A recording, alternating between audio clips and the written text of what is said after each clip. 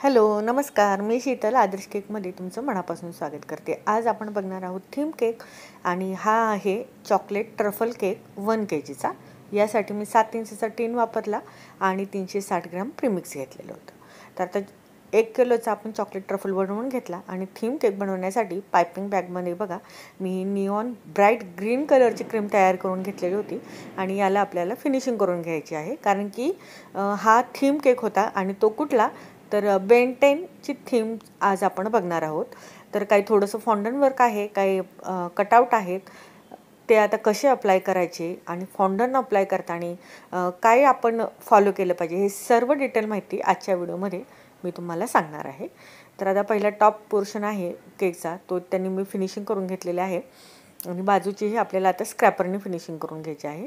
Finishing करताना cake माझा म्हणजे केक बोर्ड हा हलत होता, म्हणून बघा हा मी टिश्यू घेतलेला आहे आणि हे आता टर्न टेबलवर ठेवून घेणार आहे आणि याच्यावर बघा मी पाण्याचा थोडासा स्प्रे मारून घेणार आहे आणि याच्यानंतर याच्यावर आपल्याला हा केक बोर्ड ठेवून घेणार आहे। याने काय होतं, केक बोर्ड जो आहे आपला जो केक आहे तो हलत नाही, फिनिशिंग करताना तो स्लिप होत नाही आणि पडणारही नाही।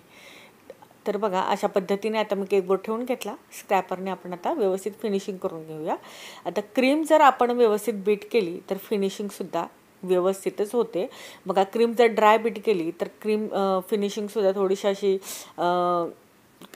एकदम अशी रफ अशी फिनिशिंग होती।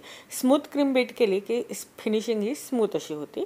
आता इथं आपण व्यवस्थित फिनिशिंग करून घेतलेले आहे। नंतर काही छोटे मोठे बघा जे पॅचेस तिथे राहिलेत, आपल्याला तिथं क्रीम तिथपर्यंत पोचले नाही, तिथे मी थोडीशी क्रीम लावून घेतली आणि पुन्हा एकदा बघा मी आता स्क्रॅपरवर बघा थोडासा पाण्याचा स्प्रे दिला आहे, जेणेकरून काय होईल इझिली स्क्रॅपर हे आपलं बघा केकवरती फिरलं जाईल। तर अशा पद्धतीने आपण आता फिनिशिंग करून घ्यायची आहे। जर वाटलंच आपल्याला की अजून थोडीशी राहिली तर मी पुन्हा बघा स्क्रॅपरवर पाण्याचा स्प्रे मारत होते आणि स्मूथ अशी फिनिशिंग मी करून घेत आहे। हे नक्कीच जे बिगनर्स असतील त्यांनी हे ट्राय करा, फिनिशिंग खूप सुंदर होती।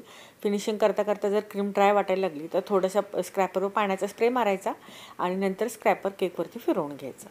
तर आता ही फिनिशिंग आपण व्यवस्थित करून घेतलेली आहे आणि आता हा फ्रीजमध्ये आपण सेट व्हायला ठेवून देऊया। इथं बघा मी काही फॉन्डनचे टॉपर बनवून घेतले होते, काही स्टार होते बघा, हे मी स्टारचं कटर आहे त्यांनीच केलेले होते, वेगवेगळ्या कलरचे केलेले होते। आता अंधार पडला होता आणि केक मला आता 15 ते 20 मिनटात डिलिव्हरी द्यायचा होता, त्यावेळेसच आपल्याला हे फॉन्डनचं जे आपण काही टॉपर बनवलेले आहेत त्यावेळेस केकवरती अप्लाय करायचं आहे। अगोदरच जर आपण हे टॉपर केकवरती अप्लाय करून फ्रीजमध्ये ठेवलं तर त्याला खूप पाणी सुटतं आणि केकवरती जर काही छोटे मोठे आपण स्टार वगैरे लावले ते सुद्धा बघा केकवरून असे खाली घसरून येतात। म्हणून 15 मिनटं आपण कस्टमरला केक द्यायच्या अगोदरच हे टॉपर आपण लावून घ्यायचे आहेत। तुम्हाला खरंच सांगते, पावसाळ्यामध्ये फॉन्डनचं काम करणं हे एक मोठा टास्क आहे। तुम्ही पावसाळ्यामध्ये कस्टमरलाही सांगा की कमीत कमी फॉन्डन तुम्ही यूज करून तुम्हाला जर केक पाहिजे असेल तर यूज करा म्हणून। तर 6 नंबरचा बड्डे बॉय होता हा, त्यासाठी 6 नंबरचं बघा मी फॉन्डनने हे काढून घेतलं आणि वेगवेगळ्या कलरचे ब्लॅक, निऑन ग्रीन आणि येलो कलरचे बघा मी स्टार बनवून ते केकवरती अप्लाय देखील केलेलं आहे। हे बेन 10चं कटआउट आहे, फोटो पेपरवर कटआउट आणायचे आहेत, हे ग्लोसी पेपरवर, आणि ते आणून मी घेतलं होतं।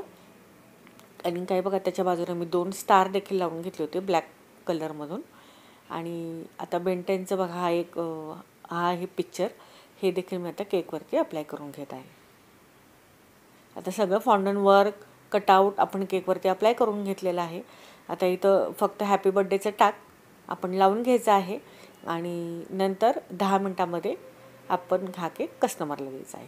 केक पूर्ण रेडी झालेला आहे। केकची डिझाईन जर आवडली असेल तर नक्कीच एक लाईक करा, आदर्श केक चॅनलला सबस्क्राईब करा। चला भेटूया।